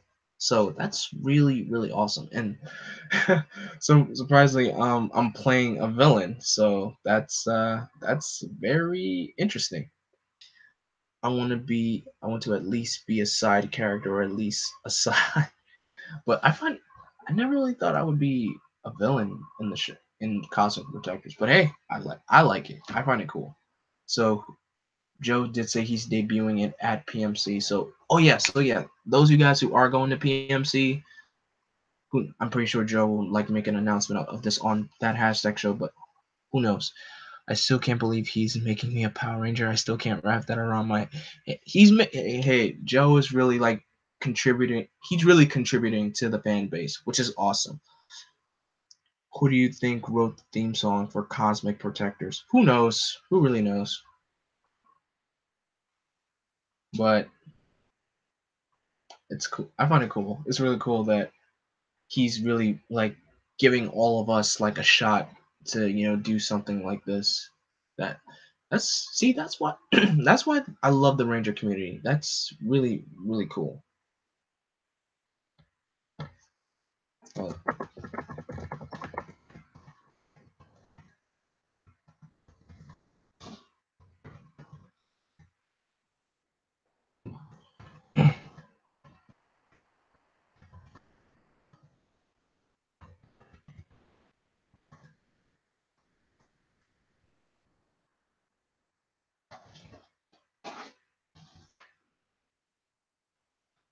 see if I could audition for the next season for Rangers since I don't do martial arts, but I do. Oh, that's cool. That's really cool. I mean, I did audition for the next season. Of course, I didn't get a call back, but say la vie. It was a good experience to do. I did a self defense kind of showcase to show my experience of self defense, and it was a cool thing. It was a cool opportunity to do, and who knows? Hopefully, if I ever get that chance to do it again, then I'll do it again.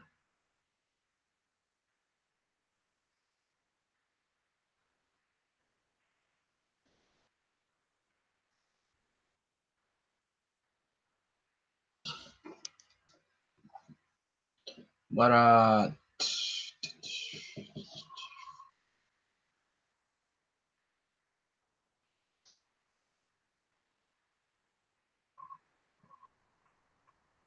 imagine a Sentai adaptation without a mecha. A Sentai adaptation without a mecha? That's like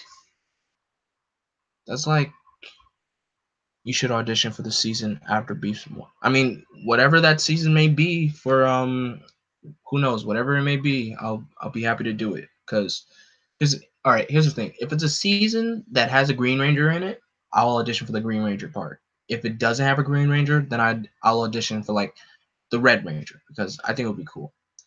Have you heard the fan made theme for Beast Morphers? No, and I probably don't want to listen to it. I'd rather wait until the the full. Okay, I really hope Hasbro does something different with the music for Beast Morphers because I'm so tired of hearing Go Go Power Rangers all the time.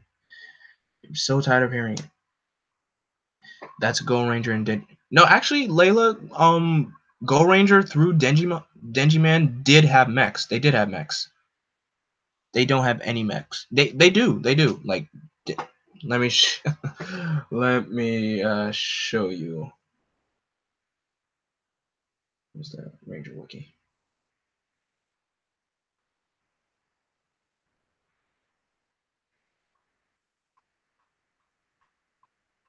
Okay, Battle Fever is technically the first Sentai season to have a giant, a giant robot. But from Go Ranger to Jacka, they didn't have a mech per se. They just had like this one big vehicle. Like, let me show you.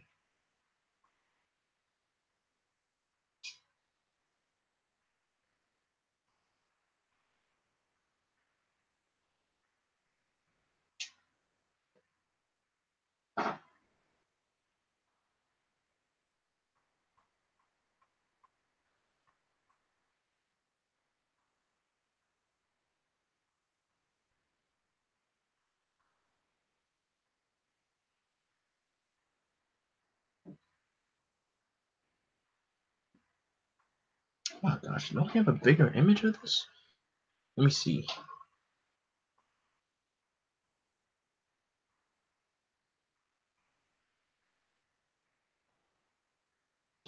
Oh, here's a good one.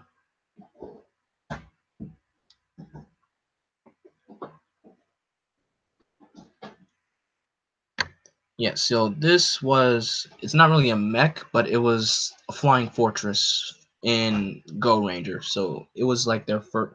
It's not a mech per se, but fits the it kind of fits in the mech category, I would say.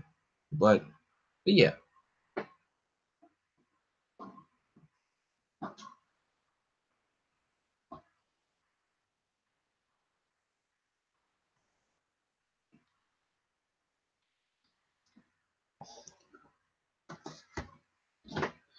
who do you think the other two Rangers for the anniversary episode will be? Since 8 of them have been revealed by that hashtag show.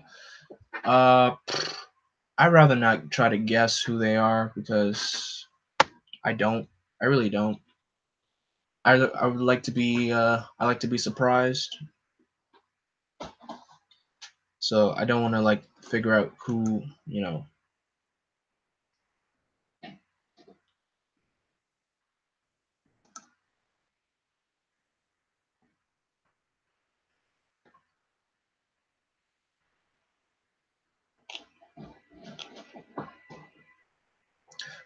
Like, I'm lucky to live in LA to take acting classes and get good advice in general and audition for others. Yeah, yeah. I mean, that's one of the perks for living in LA. And I'm gonna do a series of videos, abbreviated history of Rangers, like hitting the main points of season comedically in 10 minutes or less. That sounds like a great series to do, Toku Kid. That sounds cool.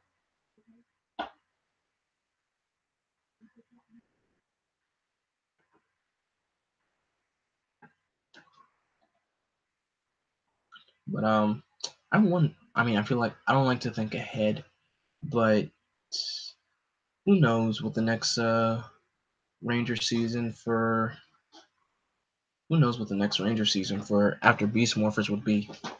But it's weird. Nickelodeon has them for 3 more years. So what do they plan to do?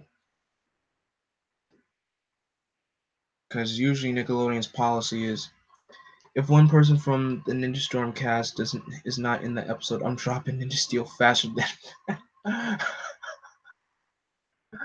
Oh, that's funny. I'm stuck for the first videos of between two seasons, Jungle Fury or Mystic Force, since they are shorter and easier to do.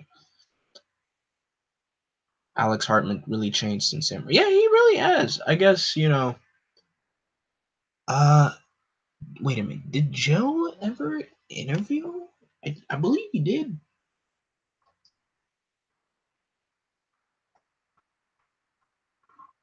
I believe he did.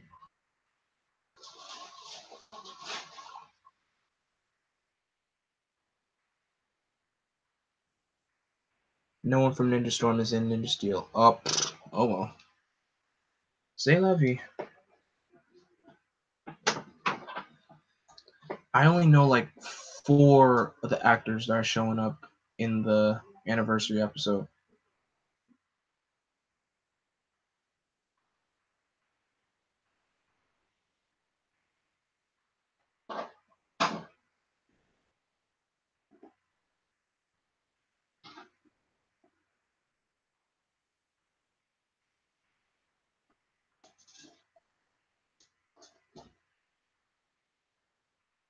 Oh, they did. Oh, good. Yeah, they did interview him. Oh, 3 years ago. He interviewed Cordito Vargas. Yes, that I know about. I know about that that interview. But it's weird. How maybe Hasbro could work out a deal with Nickelodeon somehow, or maybe Hasbro could get Power Rangers off of Nickelodeon. Adieu Ninja Steel. From what people said, you are worse than Ninja. I mean, nah, Ninja Steel isn't worse than a Ninja. Wait, which Ranger color do you think Steve Cardenas will be? MMPR red or Zeo blue? Probably Zeo blue. Me, well, yeah, probably Zeo blue because if we have, I know JDF is definitely showing up as the Green Ranger. That's a definite. So if we had two MMPR Rangers, it wouldn't be fair. So I think what they're doing is, having an actor or Ranger Pacific actor from each era make an appearance, which is great. Which is great. Of course, Ciara. Oh yeah, I forgot Ciara Hanna's showing returning back. So that makes 5. That makes 5 Rangers that I know about. So that's who knows, but maybe who knows? Maybe Hasbro can work out a deal with Nickelodeon to find a way to get Power Rangers off of Nick and then get it onto a different kind of network, and then they could run things their way and going back to making 40 episodes. Because I miss the days of 40 plus episodes a season. Those were such the good old days. What else? What else? What else? What else? I mean, if Hasbro is doing stuff that never, doing a Sentai, since Beast Morphers is an adaptation we never got. I hope they don't have constant 9. I don't even want to talk about them hiatuses because I'm sick of them. And those I kid you not, I find it silly that Saban was never doing anything about those hiatus. So they'll have Steve in Zeo Blue, but Kat in Turbo Pink when she doesn't even have those powers. I mean, who knows? I think it makes perfect sense because Rocky never became after once Turbo came around. That's when Rocky was out of commission. So of course, and that's when Justin came in. Yeah, I really hate those hiatuses because it would be so bad that those hiatuses are what's hurting the viewers. That's what's really hurting them because I remember when Samurai was on the first part of Samurai, and then I'm wondering like, where's the new episodes? Like, where are they? And turns out they were on break, and I never understood that. And then the same thing happened with Super Samurai, and that happened. It was just so bad that I never understood why they were doing that. So um, they should go back to primetime TV. I mean, yeah, yes, they should. They really should go back to primetime TV. That'll be so much better, just like the good old days. I mean, they could have looked this stuff up on they could have looked this stuff up on Ranger Wiki. Also, what's up, Blue Beetle? Um, I'm just thinking because after it really hurts me when I heard that when Ninja Steel came back on the air after their hiatus, and when I heard that they lost 75% of their viewership, 75%. That's a big number, and that's really, really bad. That's a big drop. So it makes me wonder what the numbers were looking like when Samurai and Megaforce came and Dino Charge came back after their hiatuses. It makes me wonder.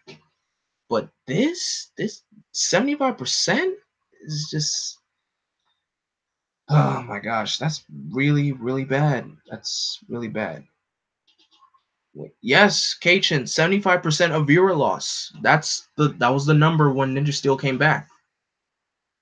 Power Rangers is also in the worst time slots. Yes, 12 o'clock is the worst time slot ever. I remember back in the day when Power Rangers was on ABC Family, I would wake up at like the crack of dawn, like around probably 7 o'clock or 8 o'clock, just to watch Power Rangers, and the episodes would be on like hmm around like what 12? No, no, not even 12. I think maybe 10 or 11 o'clock because I don't know. I really don't remember the time slot it was because it's funny. Power Rangers was coming on ABC Family as well as ABC Kids on Saturdays. So you got two networks airing Power Rangers at the same time. So you got the best of both worlds with that one. But I forgot because with ABC Family, they were airing a lot of shows back then. Imagine Japan aired Power Rangers along with Sentai on the same channel. I mean, heck, I don't even think they even. I don't even know if they show Power Rangers over on in Japan because I mean, you got the Sentai, but I don't think they air Power Rangers over there. I don't think they do. Maybe they do. I could be wrong, but I don't think they do. But yeah, they like ABC Family was airing a whole lot of shows back then in the early 2000s. You know, Power Rangers, Beyblade, Metabots, Shinzo, Galador. Uh, shoot, there was so many other shows that they were airing that I really don't remember. MMPR through Zio aired early in the morning. Oh, oh right, yes, yes they did. Early in the mornings, like around 8 a.m. Yes, I remember that. Oh man, and that's how I found out about like the other seasons. Well, technically, how I found about like those other seasons was when I watched Forever Red. I still have those memories to this day. Bionicle should have gotten a TV show. Oh man, Bionicle was so cool back in the day. I miss that. I remember when they also brought, when Lego brought, Bionicle back again, and then, they their status got defunct again. So Bionicle was cool. They were really cool. I might, dang it, you make me want to watch those movies again. They were really good movies. I was a year and a half. It was a year and a half when MMPR aired. Really interesting.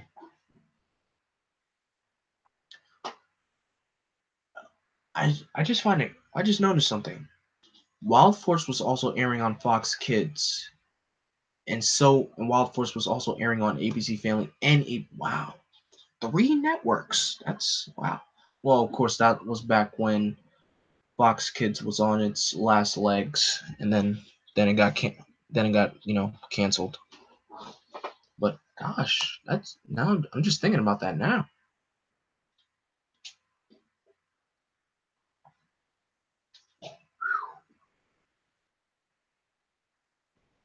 But Ninja Storm was in the middle of airing when I was born. And take me back to those days of waking up on Saturday mornings just to watch Power Rangers. Oh, I miss those days. They were really good, really great memories.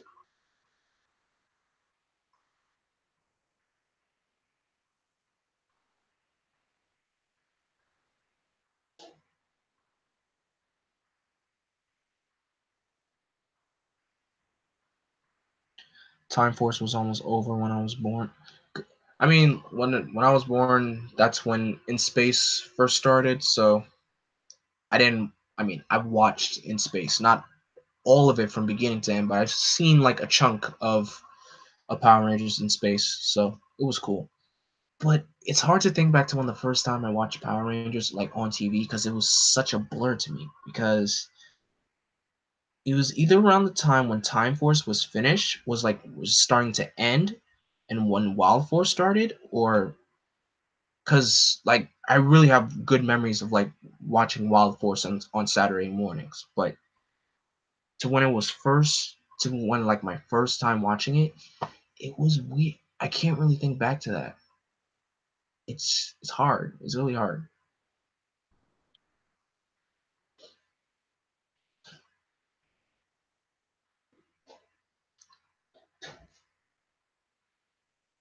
But how long have I been going for? Like about I can honestly say like about 2 hours now.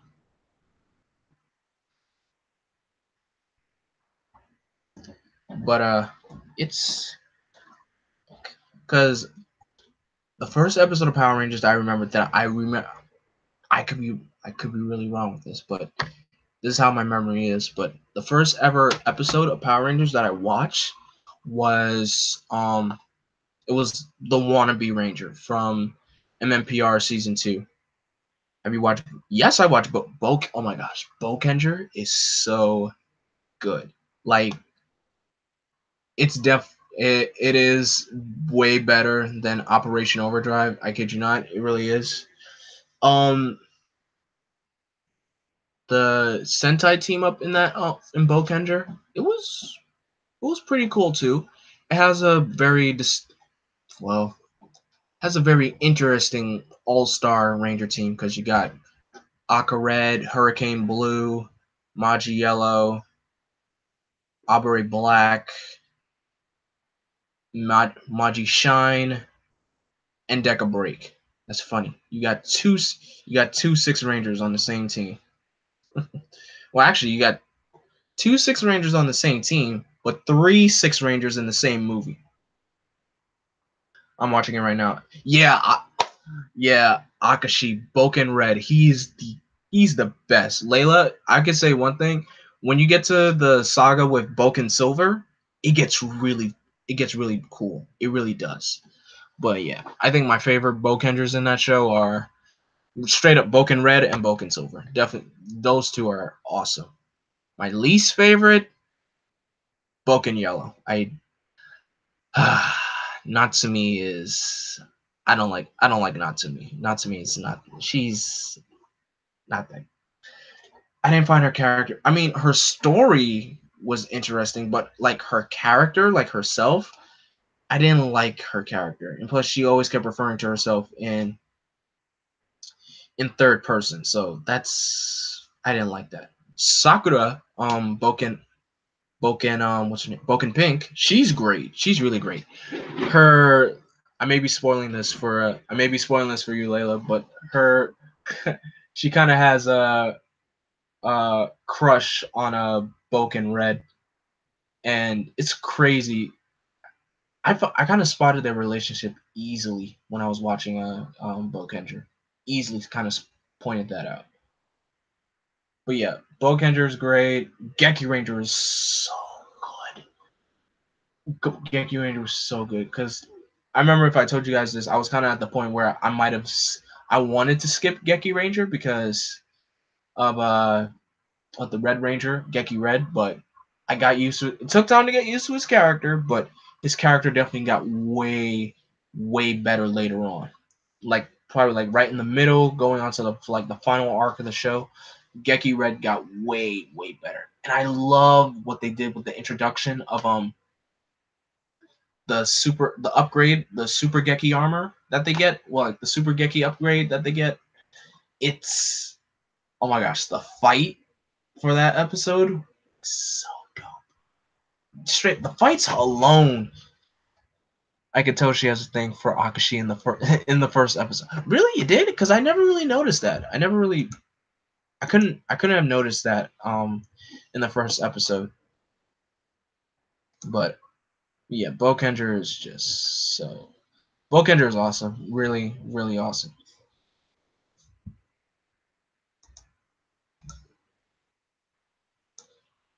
But yeah, definitely Layla, I recommend that you watch if you want I definitely recommend watching Geki Ranger after Bokender cuz for some reason since I has like this thing of like, going up and up and up for between the season, like going up and up and up, and then dropping. Like like this season's great, this season's awesome, and then take a step down, take a step back up, down again, you go back up. You have to pay attention to to the little detail. Yeah, I know, but I was able to point out Boken Pink had like a affection or crush for Akashi. I forgot what episode it was, but I I knew. I immediately noticed it. But yeah, I think yeah, it's a constant like thing. Like Hurricane was really good. I know in Japan it was really good. So Hurricane was great. Abba Ranger was great. I mean Deca Ranger was great. I didn't watch Deca Ranger yet, but I know it was great. Heck, I'm only I'm only 15 episodes into Live Man, and so far it's been really interesting. It's been really interesting series. Dark, but really interesting. I'm not saying it's not bad. There's some points where like it gets serious, but it's really interesting. I'm just waiting until I get to that episode where the final two members of the team show up. That's what I'm mostly waiting for because I feel like it's hard to watch, that season, it started with because like it's weird how two members show up late in the show and that's like the final team, like red, blue, yellow, then green and black. and then but the show initially starts off with the first three. So basically, and plus I know the final two members, they don't show up until like episode 28. So basically, I had to go through 27 episodes until I get to the final two members that join the team. But Live Man it's been great. I think I might get a little bit more excited when I start seeing the final two members. But Live Man is cool. It's cool. The beginning of Live Man, oh my god, that was a dark beginning. Oh my goodness. Yeah, Live Man is cool, and I said the next Sentai season I'm gonna watch after Live Man is gonna be Jetman, because people I know people brag and brag and brag saying Jetman is awesome, it's the best. I'm like, I believe them, I believe them. So I'll give them a watch. I'll give Jetman a watch, and I was hoping if Shout Factory would have it up on their website by the time I get there, but no, they're not. I mean, the DVD will be out by next month, so that's a good thing. But who knows? You should rabbit. You should rabbit Jetman. I'll probably do that. I'll probably do that with Jetman, because I want to experience the feeling of Jetman watching it with other people. So it would be cool. But yeah. So Jetman will be my next Sentai season. After Jetman, I'm gonna watch Zoo Ranger. For some reason, I want to rewatch Die Ranger again, just for old time's sake, because Die Ranger was the first Sentai season that I watched from beginning to end, and it was really, really good. Who knows? Maybe I might rabbit Die Ranger as well, and maybe Zoo. I might rabbit Zoo Ranger as well. And then after Die Ranger, I made a big mistake for skipping Kaku Ranger. I don't know why I skipped it, but I gotta give Kaku Ranger a watch. O Ranger, Car Ranger. Oh my god, I can't wait till I get to. I can't wait to get to O Ranger and Car. I know O Ranger gets backlash because of the tone shift that it had to receive because of a certain attack that Japan dealt with back in that time. But I'm sure it's not that bad. I know I'm pretty sure there's like a circle of people out there that really like O Ranger. I know Car Ranger's freaking hilarious, so that's gonna be that's gonna be interesting. And then of course Mega Ranger, gotta watch that, and Go Go 5. Oh wait, I also gotta watch Deca Ranger. Okay, for some reason, why I feel like my enjoyment of Sentai of Live Man isn't that big, because I just got off of Zyuohger, which is like basically current modernized Sentai season, and then I'm jumping all the way back to the 80s to watch an old Sentai season. Probably because the only reason why I wanted to watch Live Man is because I love the suits. I really do love their suits. And then I feel like I keep saying in my mind, like, maybe I should have jumped to Deca Ranger instead. I'm in mid-20s, you guys. I was almost 2 when MMPR aired. But Live Man has been pretty good. I might watch some episodes of Live Man tonight. Ooh, look at the time. Who knows? Look at the time.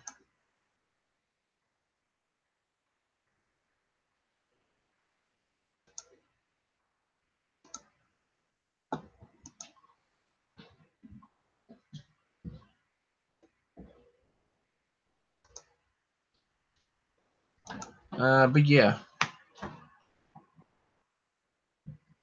What was? Oh shoot, what was I gonna say? Okay, what was I gonna say? But I feel like we can end here. We've been this this stream was mostly Power Rangers, mainly talk about Power Rangers, and a bit of Super Sentai, and a bit of what else did I talk? A bit of comics. So this was fun. I guess this is a good ending off point. Uh, guys, thank you for taking the time to come by on your Friday evening to this wonderful live read. that's why I dropped it after 10 episodes, because it was a big tone shift for me. Plus, this is the only Showa Aratoku I've watched. Wait, are you talking about Oh, you're talking about O Ranger. Okay. But yeah, guys, thank you for taking the time. Wait, did you listen to this? No, Layla, I didn't. No, Layla, I didn't listen to the songs yet. I'm probably gonna. I might actually listen to them today while I'm, doing my chores. Might give them a listen, but I will listen to them. Trust me, I will. But thank you guys for taking the time to come out here on your Friday evening, talk about all things Power Rangers, and PMC is coming up in 2 weeks, literally 2 weeks. Wish I was going. I really wish I was going. So, for all you guys that are going to PMC, have a wonderful time. I'll probably keep saying that to you guys until the day PMC comes around. But thanks for taking time to watch. Don't forget to like, comment, and subscribe, and share this live stream and this video. And as always, I am Vengeance. I am Darkness. I am Blackwing. Stay golden. Blackwing out.